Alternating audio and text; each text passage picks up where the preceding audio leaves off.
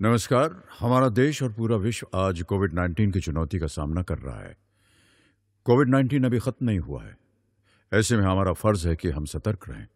इसलिए जब तक दवाई नहीं तब तक कोई ढिलाई नहीं। कोरोना से बचाव के लिए जरूरी है नियमित रूप से हाथ धोना, मास्क पहनना और आपस में उचित दूरी बनाए रखना। याद रखिए, 2 गज दूरी मास्क है जरूरी। खांसी, बुखार या सांस लेने में कठिनाई होने पर हेल्पलाइन नंबर 1075 पर संपर्क करें।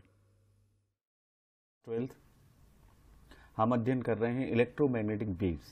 हमारा चैप्टर 8 8वां चैप्टर बहुत छोटा चैप्टर है। इसको कुछ रिवीजन के क्वेश्चन हम आज करेंगे। देखिए, कारण ये है कि विद्युत चुंबकीय तरंगें जो हमारा 8वां अध्याय है बहुत छोटा अध्याय है और इसको हमारा यदि हम 12th का ब्लूप्रिंट देखें 2019-20 का, उस ब्लूप्रिंट को आप स्क्रीन पे देख रहे होंगे। तो ये हमारा जो 5वें नंबर पर विद्युत चुंबकीय तरंगे लिखा हुआ है, ये 4 नंबर का पूरा यूनिट है और इस यूनिट में से एक एक अंक के 2 वस्तुनिष्ठ प्रश्न आना है और एक 2 अंक का प्रश्न आना है। यानी 2019 का जो ब्लूप्रिंट है उसमें टोटल आवंटित अंक 4 हुए और 1 अंक के 2 प्रश्न आएंगे, ऑब्जेक्टिव आएंगे और 2 अंक का 1 आएगा, टोटल 4 नंबर। इसका मतलब है बहुत छोटे क्वेश्चन इसमें आना है, वेटेज कम है। तो हम आज रिवीजन करेंगे और ऑब्जेक्टिव करेंगे और शॉर्ट जो क्वेश्चन होते हैं उनको समझने का प्रयास करेंगे। तो चलिए शुरू करते हैं।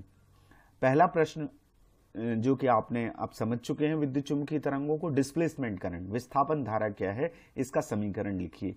देखिए, इस पूरे विद्युत चुंबकीय तरंगों पर मैक्सवेल ने काम किया, क्लार्क मैक्सवेल ने काम किया। उन्होंने एम्पियर का जो परिपथीय नियम हमने गतिमान आवेश में पढ़ा था उसमें कुछ संशोधन किया और संशोधन में विस्थापन धारा की कॉन्सेप्ट उन्होंने दी।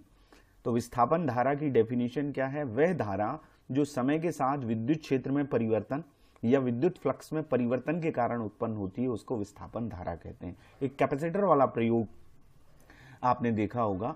कैपेसिटर के अंदर जब कैपेसिटर को चार्ज किया जाता है तो अंदर उसमें ऑब्जर्व किया गया, यदि मैग्नेटिक नीडल को बाहर रखा जाए जहां धारा बह रही है तो वो डिफ्लेक्ट होती है, तो धारा प्रवाहित होने के कारण आसपास चुंबकीय क्षेत्र उत्पन्न होता है। ये तो ऑस्टिड ने हमको बताया था। लेकिन कैपेसिटर की दोनों प्लेटों के बीच में यदि नीडल को रखा जाए तो भी वो डिफ्लेक्ट होती है। इसका मतलब है मैक्सवेल ने ये कहा कि यहां भी कोई ना कोई धारा है और उस धारा को उन्होंने नाम दिया विस्थापन धारा, जो कि विद्युत क्षेत्र में परिवर्तन या विद्युत फ्लक्स में परिवर्तन के कारण उत्पन्न होती है। तो इसको आईडी कहते हैं और इसका फार्मूला होता है epsilon 0 epsilon naught d phi e upon d t, flux परिवर्तन की दर। ये विस्थापन धारा का सूत्र है। दूसरा क्वेश्चन हम देखते हैं क्या है। एम्पियर मैक्सवेल का समीकरण लिखिए। एम्पियर मैक्सवेल यानी मैक्सवेल ने एम्पियर के परिपथीय नियम में जो संशोधन लगाया विस्थापन धारा की कॉन्सेप्ट देने के बाद, उस समीकरण को कहते हैं एम्पियर मैक्सवेल का समीकरण। ठीक है, वो समीकरण क्या है? ये समीकरण ये है, line integration of B vector B dot vector dl, यानी चुंबकीय क्षेत्र की तीव्रता का रेखीय समाकलन mu naught IC plus mu naught ID के बराबर होता है। यह आईसी कन्वेंशनल करंट कहलाती है, ठीक है, चालन धारा कहलाती है, और ये डिस्प्लेसमेंट करंट यानी विस्थापन धारा कहलाती है। आपने एम्पियर का परिपथीय नियम पढ़ा होगा, उसमें vector B dot vector dl हम लिखते हैं म्यू नॉट आईसी। उस पूरे बंद लूप जिसको हम एम्पियर लूप कहते हैं, उसके अंदर जितनी धारा होती है उसका म्यू नॉट गुना होता है vector B dot vector dl का रेखीय समाकलन। अब यदि म्यू नॉट को बाहर ले लें, कॉमन ले लें, तो हमारा इक्वेशन हो जाएगा आईसी प्लस म्यू नॉट बाहर आ जाएगा और ये आईसी प्लस आईडी हो जाएगा। ठीक है, इसका एक तरीका और है लिखने का। वो क्या है? वो तरीका ये है कि ID equals to epsilon naught d phi by d t होती है, तो हम आईडी की वैल्यू यहां रख देंगे। तो यहां पर हमारा समीकरण हो जाएगा, एक बार देखिएगा उसे, vector B dot vector D l equals to mu naught I C plus epsilon naught d phi e by d t. इस तरह से ये समीकरण हो जाएगा। अब हम तीसरे क्वेश्चन की बात करते हैं। तीसरा एक न्यूमेरिकल है। 2 माइक्रोफेरेड 2 माइक्रोफेरेड धारिता के संधारित्र के बीच में जो वोल्टेज है वो 5 वोल्ट पर सेकंड की दर से परिवर्तित हो रही है वोल्टेज। तो संधारित्र में विस्थापन धारा का मान ज्ञात कीजिए। ठीक है, इसके लिए हम ये देख लेते हैं कि क्या क्या हमको दिया गया है। सबसे पहले हम कैपेसिटेंस को लिखें 2 माइक्रोफैरेड दिया है, माइक्रोफैरेड को हम किस में कन्वर्ट करेंगे, फैरेड में कन्वर्ट करेंगे, तो 10 की घात ऋण 6 का गुणा होगा, तो 2 गुणित 10 की घात ऋण 6 फैरेड आ जाएगा। अब वोल्टेज परिवर्तन की दर दी है, परिवर्तन की दर से मतलब dV बाई dt, वोल्टेज क्या है V और t के सापेक्ष अवकलन करें तो ये परिवर्तन की क्या आएगी, दर आएगी। तो dV बाई dt हमको दी है 5 वोल्ट पर सेकेंड। ठीक है, अब हमें फार्मूला कौन सा लगाना है, फार्मूला हमारा लगेगा ये ID इक्वल्स टू, हम जानते हैं dq बाई dt, आवेश प्रवाह की दर को हम क्या कहते हैं, धारा कहते हैं, तो सिंपली ID इससे आएगा dq बाई dt से। अब आप जानते हैं q इज इक्वल टू क्या होता है, CV, धारिता में आपने पढ़ा है कैपेसिटेंस में, capacitance into voltage is equal to current, तो Q is equal to CV, तो यहाँ Q की वैल्यू रख दीजिए, तो यहाँ Q की वैल्यू रखेंगे तो d by dt CV, C तो कांस्टेंट है, तो C क्या आ जाएगा, बाहर आ जाएगा, तो हमारा इक्वेशन हो जाएगा ID equals to C dV by dt। अब ये सारी चीजें हमारे पास हैं, C की वैल्यू हम रखेंगे ये 2 इंटू 10 टू द पावर -6 और dV बाई dt कितना दिया है, 5 दिया है, तो ये 2 इंटू 5 10 हो गया, 10 के ऊपर +1 आया, -6 में से +1 गया, 10 टू द पावर -5 एम्पियर, ये हमारी करंट आ गई, विस्थापन धारा का मान आ गया डिस्प्लेसमेंट करंट का। तो इस तरह से आपको डिस्प्लेसमेंट करंट निकालना है। मैक्सवेल के समीकरण लिखिए। देखिए मैक्सवेल ने गाउस, फैराडे और एम्पियर के जो नियम थे, जो हमने पिछली यूनिट्स में पढ़े हैं, गॉस का नियम जो कि हमने फर्स्ट यूनिट में पढ़ा, फैराडे के नियम और एम्पियर का सर्किटल नियम, इनमें सुधार करके 4 समीकरणों का एक समुच्चय प्रस्तुत किया, जिनको हम मैक्सवेल के समीकरण कहते हैं। इसको आप नोट करें। पहला समीकरण गॉस की प्रमेय जो हमने पढ़ी है वो है integration of vector E dot d s equals to Q upon epsilon naught, किसी बंद पृष्ठ से गुजरने वाला संपूर्ण विद्युत फ्लक्स उसके अंदर उपस्थित आवेश का 1/एप्सिलॉन 0 गुना होता है। ये गॉस का, ये विद्युत क्षेत्र वाला नियम है। दूसरा गॉस का ये चुंबकत्व का नियम है, किसी बंद चुंबकीय पृष्ठ से गुजरने वाला चुंबकीय फ्लक्स शून्य होता है, तो ये इस तरह से लिखा integration of vector B dot vector d s. ये जो नियम लिखा हुआ है ये फैराडे का नियम है, जो vector E dot vector D L का integration is equal to -d∅ upon dt, जो कि फैराडे के दूसरे नियम में हमने पढ़ा कि प्रेरित विद्युत वाहक बल चुंबकीय फ्लक्स में परिवर्तन की दर के बराबर होता है, अनुक्रमानुपाती होता है। तो ये फैराडे का नियम है। और बाद में सबसे खास नियम जो मैक्सवेल ने दिया वो एम्पियर के नियम में संशोधन लगाया, डिस्प्लेसमेंट करंट का कॉन्सेप्ट जिससे दिया वो समीकरण ये है, इंटीग्रेशन, लाइन इंटीग्रेशन, रेखीय समाकलन vector B dot d l equals to mu naught I C plus epsilon 0 d∅ by dt। ये चारों समीकरण आप नोट करें, ये मैक्सवेल के समीकरण कहलाते हैं, मैक्सवेल के समीकरण कहलाते हैं। अब विद्युत चुंबकीय तरंगों की हम बात करते हैं कि विद्युत चुंबकीय तरंगें क्या है, इसकी डेफिनेशन क्या है। विद्युत क्षेत्र और चुंबकीय क्षेत्र के परस्पर लंबवत तलों में ज्याविक्रीय दोलन बनते हैं, इन दोलनों से ये तरंग बनती हैं। इन तरंगों का जो स्रोत है वो एक्सेलरेटेड चार्ज है, त्वरित आवेश है। जब आवेश एक्सेलरेट होता है तो विद्युत क्षेत्र चेंज होता है, विद्युत क्षेत्र चेंज होने के कारण चुंबकीय क्षेत्र उत्पन्न होता है, लेकिन ये दोनों क्षेत्र परस्पर लंबवत होते हैं, तो जो साइनोसाइडल ऑसिलेशंस हैं वो बनते हैं, उन ऑसिलेशन से ये विद्युत चुंबकीय तरंगें बनती हैं और तरंग संचरण की दिशा इनके लंबवत होती है। ये आपने पिछली वीडियो में पढ़ लिया है, तो ये इसकी डेफिनेशन आप करें। अगला क्वेश्चन भी हम एक न्यूमेरिकल करते हैं। एक विद्युत चुंबकीय तरंग में विद्युत क्षेत्र की तीव्रता 30 वोल्ट पर मीटर है, तो चुंबकीय क्षेत्र की तीव्रता ज्ञात कीजिए। देखिए विद्युत क्षेत्र की तीव्रता E0 E0 30 वोल्ट पर मीटर हमको दी है। C हम जानते हैं, जो विद्युत चुंबकीय तरंगों की चाल होती है वो प्रकाश की चाल के बराबर होती है।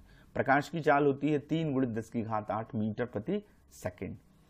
एक ये आता है, मैक्सवेल ने हमको बताया C is equal to E0 upon V0। जो विद्युत चुंबकीय तरंगों की चाल है वो विद्युत क्षेत्र और चुंबकीय क्षेत्र के अनुपात के बराबर होती है। ये उसके गुणों में आप एक पॉइंट पढ़ते हैं।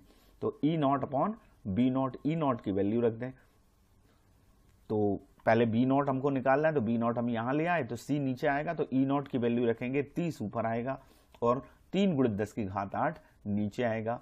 3 से हम इस 30 को काट देंगे, तो यहाँ क्या आ जाएगा, 10 आ जाएगा। अब आप 10⁸ को ऊपर ले जाएंगे, तो ये 10⁻⁻7 हो जाएगी। टेस्ला चुंबकीय क्षेत्र की तीव्रता का मात्रक है। तो बड़ी आसानी से ये याद रखिएगा, इंपॉर्टेंट सूत्र है कि क्या संबंध है ई और बी के बीच में, तो इन दोनों के अनुपात के बराबर विद्युत चुंबकीय तरंगों की चाल होती है। अब हम ऑब्जेक्टिव क्वेश्चन करेंगे। मैंने जैसा कि लेक्चर की शुरुआत में ही बताया, या तो 2 नंबर के छोटे छोटे क्वेश्चन आएंगे या ऑब्जेक्टिव टाइप आएंगे। तो पहला ऑब्जेक्टिव टाइप क्वेश्चन है, विद्युत चुंबकीय तरंगों का आविष्कार किया था। 4 ऑप्शन आपके सामने हैं, फैराडे ने, दूसरा बी हमारे पास है मैक्सवेल ने, तीसरा हर्ट्ज ने और चौथा मार्कोनी ने। तो आप अभी सुन चुके हैं किसने आविष्कार किया, मैक्सवेल ने, जेम्स क्लार्क मैक्सवेल। इन्होंने विद्युत चुंबकीय तरंगों की अवधारणा को सबसे पहले प्रस्तुत किया था, जेम्स क्लार्क मैक्सवेल ने। उसके बाद हर्ट्ज ने प्रयोगशाला में भी विद्युत चुंबकीय तरंगों को उत्पादित किया और उससे उनकी जो परिकल्पना है उसको मान्यता प्राप्त हो गई कि जो बात मैक्सवेल कह रहे हैं वो सही है। हर्ट्ज ने किया, मार्कोनी ने प्रयोग किया, जेसी बोस साहब ने भी प्रयोग किया था। दूसरा क्वेश्चन हम देख लेते हैं, विद्युत चुंबकीय तरंगों की प्रायोगिक पुष्टि सर्वप्रथम की थी कौन से वैज्ञानिक ने, फैराडे ने, मैक्सवेल ने, हर्ट्ज ने और मार्कोनी ने। तो इसका आंसर है सही सी, हर्ट्ज ने। 1887 में जर्मन वैज्ञानिक हर्ट्ज ने दोलनी परिपथ का उपयोग करके कम आवृत्ति तथा अधिक तरंग दैर्घ्य की, तरंग दैर्घ्य और आवृत्ति में रेसिप्रोकल रिलेशन है, यदि आवृत्ति कम होगी तो तरंग दैर्घ्य ज्यादा होगी, ठीक है ना, वेवलेंथ ज्यादा होगी। विद्युत चुंबकीय तरंगों का उत्पादन प्रयोगशाला में किया। इसके बाद भारतीय वैज्ञानिक जेसी बोस ने भी कलकत्ता में विद्युत चुंबकीय तरंगों को उत्पन्न किया। जेसी बोस का नाम भारतीय वैज्ञानिकों को बड़े सम्मान से लिया जाता है। इन्होंने विद्युत चुंबकीय तरंगों पर काम किया और तरंगों को प्रयोगशाला में उत्पादित भी किया। तो प्रायोगिक पुष्टि लेकिन हर्ट्ज के प्रयोग से हुई है। नेक्स्ट क्वेश्चन हम देख लेते हैं, हमारा थर्ड क्वेश्चन है, विद्युत चुंबकीय तरंगों में विद्युत क्षेत्र और चुंबकीय क्षेत्र, अभी आपने परिभाषा पढ़ी है, किस तरह के होते हैं, परस्पर लंबवत होते हैं, परस्पर समानांतर होते हैं, न्यून कोण पर झुके होते हैं या अधिक कोण पर झुके होते हैं। तो इसका सही आंसर क्या है, परिभाषा में हमने पढ़ा विद्युत क्षेत्र और चुंबकीय क्षेत्र के लंबवत दोलनों से बनती हैं, ये परस्पर लंबवत होते हैं, ज्यावक्रीय दोलन कहलाते हैं और ये दोलन तरंग संचरण की दिशा के लंबवत होते हैं। फोर्थ क्वेश्चन हम देखते हैं, हमारा चौथा क्वेश्चन क्या है, फोर्थ क्वेश्चन हमारा है, विद्युत चुंबकीय वर्णक्रम में, स्पेक्ट्रम में विद्युत चुंबकीय तरंगें, जितनी तरंगें आप जिनके नाम सुन रहे हैं, कुछ सूर्य से जो विकिरण आते हैं उनमें बहुत सारी तरंगें होती हैं, हम अलग अलग नामों से इनको जानते हैं, लेकिन पूरों को मिला के विद्युत चुंबकीय स्पेक्ट्रम कहलाता है। इनमें से कुछ हमें दिखाई देती हैं, कुछ हमें दिखाई नहीं देती। जो विकिरण या जो तरंगें हम अपनी आंख से नहीं देख सकते और उस स्पेक्ट्रम को हम कहते हैं अदृश्य स्पेक्ट्रम, और जो हमें दिखाई देता है जैसे दृश्य प्रकाश है जिसमें 7 रंग का प्रकाश समाहित होता है, वो दृश्य स्पेक्ट्रम कहलाता है। तो इसका एक ऑर्डर है, गामा रेज से ये शुरू होता है। तो सबसे छोटी तरंग दैर्घ्य कौन की है, एक्स किरणों की है, अवरक्त किरणों की है, गामा किरणों की है या माइक्रो तरंगों की है। तो इसका आंसर है सही, गामा किरणों की तरंग दैर्घ्य सबसे छोटी होती है, सबसे कम होती है, लेकिन आवृत्ति सबसे उच्च होती है। जो तरंग दैर्घ्य छोटी वाली तरंग होगी उसकी आवृत्ति ज्यादा होगी। तो बढ़ती हुई आवृत्ति के क्रम में या बढ़ती हुई तरंग दैर्घ्य के क्रम में या घटती हुई आवृत्ति के क्रम में यदि स्पेक्ट्रम को हम देखें तरंग दैर्घ्य के बढ़ते क्रम में, तो सबसे पहले आती हैं गामा किरणें, यानी गामा किरणों की तरंग दैर्घ्य सबसे कम है। उसके बाद एक्स रेज हैं, फिर उसके बाद यूवी रेज आती हैं, पराबैंगनी किरणें, फिर उसके बाद हमारा दृश्य प्रकाश आता है, फिर उसके बाद अवरक्त किरणें आती हैं, फिर उसके बाद माइक्रो तरंगे और लास्ट में रेडियो तरंगे। इन सबको मिला के ये विद्युत चुंबकीय स्पेक्ट्रम कहलाता है कि ये इनविजिबल है, इनको संसूचित करने के अलग अलग तरीके हैं, उनसे इनको डिटेक्ट किया जाता है। तो ये तरंग दैर्घ्य का बढ़ता क्रम है या हम कहें आवृत्ति का ये घटता क्रम है। सबसे अधिक आवृत्ति गामा किरणों की होगी, फिर उससे कम होगी एक्स किरणों की। तो इस तरह से विद्युत चुंबकीय स्पेक्ट्रम है। नेक्स्ट क्वेश्चन हमारा हम देख लेते हैं, वो कौन सा है, फोर्थ क्वेश्चन है। चौथा प्रश्न है, आवृत्ति सबसे अधिक होती है एक्स किरणों की, अवरक्त किरणों की, गामा किरणों की, माइक्रो तरंगों की, सूक्ष्म तरंगों की। इसका आंसर भी सी है। तरंग धैर्य सबसे कम और आवृत्ति सबसे अधिक, जैसा कि मैंने अभी बताया। इनमें संबंध क्या है, एक सूत्र होता है C is to nu lambda. बहुत आसान से न्यूमेरिकल इससे पूछे जाते हैं। C विद्युत चुंबकीय तरंगों की चाल है या प्रकाश की चाल है, वो विद्युत चुंबकीय तरंगों की चाल प्रकाश की चाल के बराबर होती है। न्यू आवृत्ति होती है, लैम्डा तरंग धैर्य होती है। यदि हम इससे न्यू निकालें तो C बाई लैम्डा, ये देखिए अपोजिट रिलेशन आ गया, न्यू कम है तो लैम्डा ज्यादा होगा, ठीक है, न्यू ज्यादा है तो लैम्डा कम होगा। और C की वैल्यू ये नोट करें, ये प्रकाश की चाल के बराबर 3 गुणित 10 की घात 8 मीटर प्रति सेकंड। नेक्स्ट क्वेश्चन हमारा हम देखते हैं, वो क्या है, वो है निम्न में से कौन सी विद्युत चुंबकीय तरंग नहीं है, इलेक्ट्रोमैग्नेटिक वेव नहीं है। एक्स किरणें, दूसरा हमारा ऑप्शन है अवरक्त किरणें, तीसरा सी ऑप्शन है गामा किरणें, और चौथा है डी ध्वनि तरंगें। ध्वनि तरंगें विद्युत चुंबकीय तरंगें नहीं हैं, ये अंधैर्य तरंगें होती हैं और विद्युत चुंबकीय तरंगें अनप्रस्थ तरंगें होती हैं। नेक्स्ट क्वेश्चन देखते हैं हम, हमारा 6th क्वेश्चन, कोहरे में संकेत भेजने के लिए कौन सी किरणों का उपयोग किया जाता है, एक्स किरणों का, अवरक्त किरणों का, गामा किरणों का और सूक्ष्म तरंगों का। तो कोहरे में संकेत भेजने के लिए अवरक्त विकिरण का उपयोग किया जाता है, बी आंसर इसका सही है। अवरक्त विकिरणों की तरंग धैर्य ज्यादा होती है और तरंग धैर्य ज्यादा होने के कारण इनकी स्कैटरिंग कम होती है, जिससे कोहरे में अधिक दूर तक जा सकती हैं। प्रकीर्णन आप आगे पढ़ेंगे, रेले का इसमें नियम है। स्कैटरिंग को हम यूं समझते हैं कि इनका फैलाव कम होता है। रेले का एक नियम है, I is inversely proportional to lambda की पावर 4। तो जिसकी तरंग धैर्य ज्यादा होती है उसका प्रकीर्णन कम होता है, और जिसकी तरंग धैर्य कम होती है उसका प्रकीर्णन ज्यादा होता है। तो अवरक्त किरणों की वेवलेंथ जो है वो ज्यादा है, इसलिए ये फैलती कम है। तो एक सीधी किरण पुंज बना के इन्हें कोहरे में भी अधिक दूर तक भेजा जा सकता है। तो संकेत भेजने के लिए इंफ्रारेड अवरक्त किरणों का यूज किया जाता है। नेक्स्ट क्वेश्चन हमारा कौन सा है, 7th क्वेश्चन है, 7वां प्रश्न है, ओजोन परत अवशोषित करती है, किस चीज को अवशोषित करती है, दृश्य प्रकाश को, रेडियो तरंगों को, गामा किरणों को या एक्स किरणों एवं यूवी किरणों को। देखिए ओजोन लेयर हमारे लिए एक सुरक्षा कवच का काम करती है, इसका आंसर डी सही है। ये कम मात्रा में एक्स किरणों को और यूवी किरणों को, अल्ट्रावायलेट रेज को, पराबैंगनी किरणों को अवशोषित कर लेती है। ये मानव के लिए और जीव जंतुओं के लिए एक सुरक्षा कवच का काम करती है। समताप मंडल जो है उसके ऊपरी भाग में 30 से 50 किलोमीटर की ऊंचाई में एक लेयर है ओजोन की, O3 की। यह सूर्य से आने वाली यूवी और एक्स किरणों के अधिकांश भाग को अवशोषित कर लेती है। यूवी रेज से नुकसान होता है, स्किन का कैंसर तक हो जाता है, तो उसको अवशोषित कर ले। इस तरह से ये सुरक्षा कवच का कार्य करती है। ये ओजोन लेयर का महत्व भी, प्रदूषण के कारण क्लोरोफ्लोरोकार्बन जब पृथ्वी से निकल रहा है तो ओजोन लेयर को नुकसान हो रहा है, जिसके कारण तापमान बढ़ रहा है, अल्ट्रावायलेट रेज नीचे तक आ रही हैं, तो ये नुकसानदायक होती है। लेकिन ओजोन लेयर हमारे लिए एक सुरक्षा कवच का काम करती है, तो ये उसका सिग्निफिकेंस भी है। नेक्स्ट क्वेश्चन हम देख लेते हैं क्या है हमारा, ये 8वां प्रश्न है, परावैंगनी लैंपों के बल्ब बनाए जाते हैं, किसके बनाए जाते हैं? जो लैंप परावैंगनी रेज देते हैं वो कांच के, रॉक साल्ट के या क्वार्ट्ज के, या इनमें से कोई नहीं। इसका सही आंसर है सी, परावैंगनी लैंपों के बल्ब क्वार्ट्ज के बनाए जाते हैं। उसका कारण यह है कि कांच परावैंगनी किरणों को अवशोषित कर लेता है, एब्जॉर्ब कर लेता है, उसके गुणों में आपने पढ़ा है, परंतु क्वार्ट्ज इन विकिरणों को अवशोषित नहीं करता, इसलिए इन लैंपों के बल्ब किसके बनाए जाते हैं? क्वार्ट्ज के बनाए जाते हैं।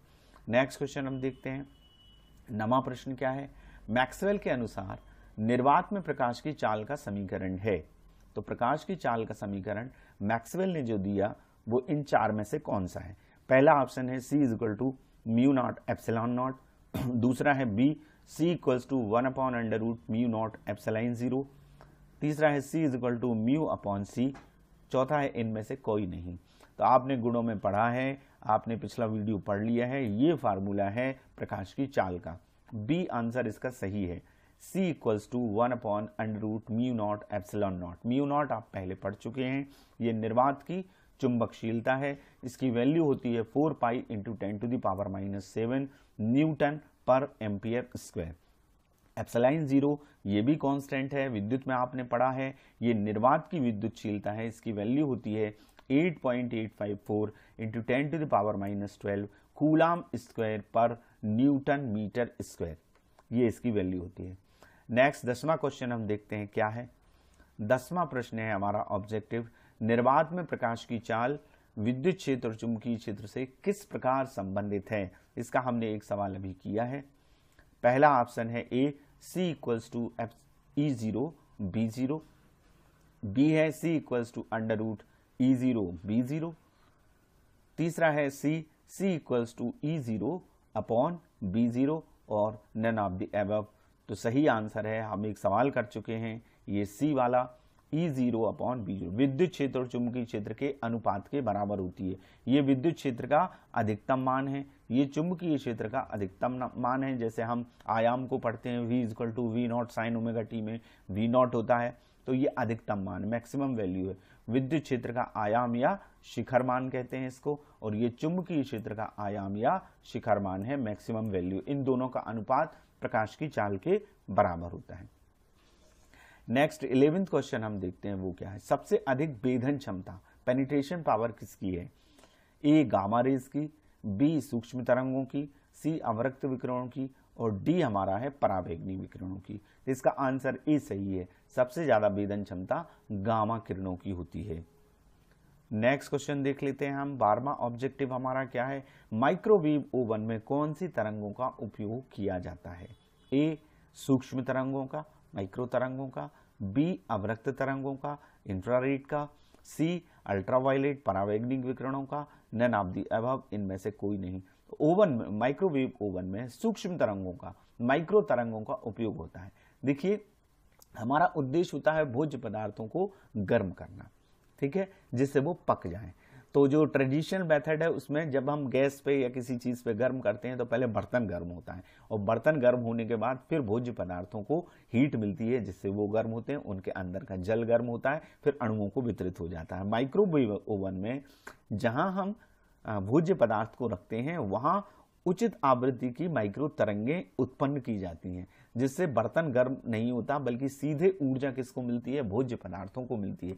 चीनी मिट्टी के बर्तन में हम भोजन को रखते हैं माइक्रोवेव ओवन में, सीधे जो हीट है ऊर्जा वो भोजन को मिलती है, जिससे भोजन सीधे गर्म होता है और पक जाता है। तो ये माइक्रोवेव ओवन में माइक्रो तरंगों का, उसका नाम ही माइक्रोवेव है, तो हाँ आ रहा है माइक्रो तरंगे, सूक्ष्म तरंगे। नेक्स्ट हमारा क्वेश्चन हम देख लेते हैं कौन सा है। 13वां क्वेश्चन है, ये क्या है, तरंगों का कौन सा गुण प्रकाश के रंग का कारण है? तो प्रकाश के रंग के लिए उत्तरदायी कौन सा उसका एस्पेक्ट्स है? आयाम है कि तरंगदैर्घ्य है कि वेग है कि आवृत्ति है? 4 ऑप्शन हमारे पास हैं। सही आंसर इसका है आवृत्ति। आवृत्ति प्रकाश के तरंग का कारण है। अलग अलग आवृत्ति होगी तो रंग की भिन्नता का कारण आवृत्ति है, न्यू है।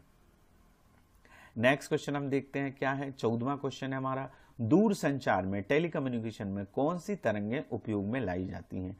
ए ऑप्शन है माइक्रो तरंगे, बी है रेडियो तरंगे, सी है गामा किरणें, और डी है अवरक्त किरणें। तो इसका आंसर है सही बी, रेडियो तरंगों को दूर संचार में उपयोग में लाया जाता है, टेलीकम्युनिकेशन में, जिसका हम यूज कर रहे हैं। ठीक है, नेक्स्ट क्वेश्चन हम देख लेते हैं 15 क्वेश्चन है, उपग्रह संचार में कौन सी तरंगों का उपयोग किया जाता है? माइक्रो तरंगों का, बी ऑप्शन है रेडियो तरंगों का, सी है गामा किरणों का, डी है अवरक्त किरणों का। इसका सही आंसर है ए, सूक्ष्म तरंगों का उपयोग सैटेलाइट कम्युनिकेशन में यूज किया जाता है। ठीक है, नेक्स्ट क्वेश्चन हम देख लेते हैं 16 है, क्रिस्टल संरचना के अध्ययन में कौन सी तरंगों का उपयोग किया जाता है? माइक्रो तरंगों का, रेडियो तरंगों का, गामा किरणों का, या एक्स किरणों का? एक्स किरणों का अध्ययन किया जाता है, तो सही आंसर हमारा क्या है? डी है, एक्स किरणों का हम अध्ययन करते हैं क्रिस्टल संरचना, एक्स किरणों का उपयोग करते हैं क्रिस्टल संरचना के अध्ययन में। नेक्स्ट 17वां क्वेश्चन है हमारा, फिंगरप्रिंट का पता लगाने में कौन सी तरंगों का उपयोग किया जाता है? ए माइक्रो तरंगे, बी रेडियो तरंगे, सी गामा किरणें, डी परावैगनी किरणें। हमारा आंसर सही है डी, अल्ट्रावायलेट रेज से फिंगरप्रिंट का पता लगाया जाता है। नेक्स्ट हमारा 18वां क्या है, इसे देख लेते हैं। यह है लासिक। नेत्र चिकित्सा में कौन सी तरंगों का उपयोग किया जाता है? आई सर्जरी की एक प्रोसेस है, वो है लासिक कहलाती है। लासिक में किस तरंगों का यूज किया जाता है? पहला ऑप्शन है माइक्रो तरंगे, दूसरा है रेडियो तरंगे, तीसरा है गामा किरणें, चौथा है परावैंगनी किरणें। इसका डी आंसर सही है। परावैंगनी यूवी रेज का, अल्ट्रावायलेट रेज का लासिक शल्य चिकित्सा में, नेत्र की शल्य चिकित्सा में किया जाता है। इसका जो फुल फॉर्म है वो है लेजर असिस्टेड इन सीटू केराटोमिलियोसिस। ये परावैंगनी तरंगों की तरंग दैर्घ्य कम होती है, इसके कारण इन्हें बहुत ही नैरो संकीर्ण किरण पुंज के रूप में हम फोकस कर सकते हैं और फोकस करके शल्य चिकित्सा में, जिसका नाम है लासिक, उसमें यूज किया जाता है। नेक्स्ट क्वेश्चन हमारा 19 में है, विद्युत चुंबकीय तरंगों में यदि विद्युत वेक्टर x दिशा में और चुंबकीय वेक्टर y दिशा में है तो इनके संचरण की दिशा क्या होगी? आपने परिभाषा में पढ़ा है, ये तरंगें विद्युत क्षेत्र और चुंबकीय क्षेत्र के परस्पर लंबवत दोलनों से बनती हैं और ये दोलन तरंग संचरण की दिशा के लंबवत होते हैं। यानी यदि x दिशा में विद्युत वेक्टर है, y दिशा में चुंबकीय वेक्टर है, तो निश्चित रूप से उन तरंग संचरण की दिशा z दिशा में होगी। तो इसका सही आंसर क्या है? z दिशा में, सी इसका आंसर सही है। नेक्स्ट क्वेश्चन हमारा ये लास्ट क्वेश्चन है, ये देखते हैं। रडार प्रणाली में कौन सी तरंगों का उपयोग किया जाता है? रडार सिस्टम में ए माइक्रो तरंगे, बी रेडियो तरंगे, सी गामा किरणें और डी परावैंगनी किरणें। इसका सही उत्तर है ए, माइक्रो तरंगों का रडार प्रणाली में उपयोग किया जाता है। ये एक निश्चित दिशा में तरंगे भेजी जाती हैं, वो हवाई जहाज से टकरा के वापस लौटती हैं। तरंगों के जाने और आने में लगा समय नोट कर लेते हैं, क्योंकि विद्युत चुंबकीय तरंगों की चाल 3 × 10⁸ मीटर प्रति सेकंड होती है। अब हमने समय नोट कर लिया, दूरी डिस्टेंस निकालना है तो चाल बराबर दूरी बटे समय में मान रख के हम डिस्टेंस निकाल लेते हैं। तो आज इस तरह से विद्युत चुंबकीय तरंगों का जो हमारा चैप्टर था उसमें हमने ऑब्जेक्टिव और कुछ छोटे क्वेश्चन किए, तो आप इनको समझिएगा और अपने टीचर से भी समझिएगा। Thank you very much.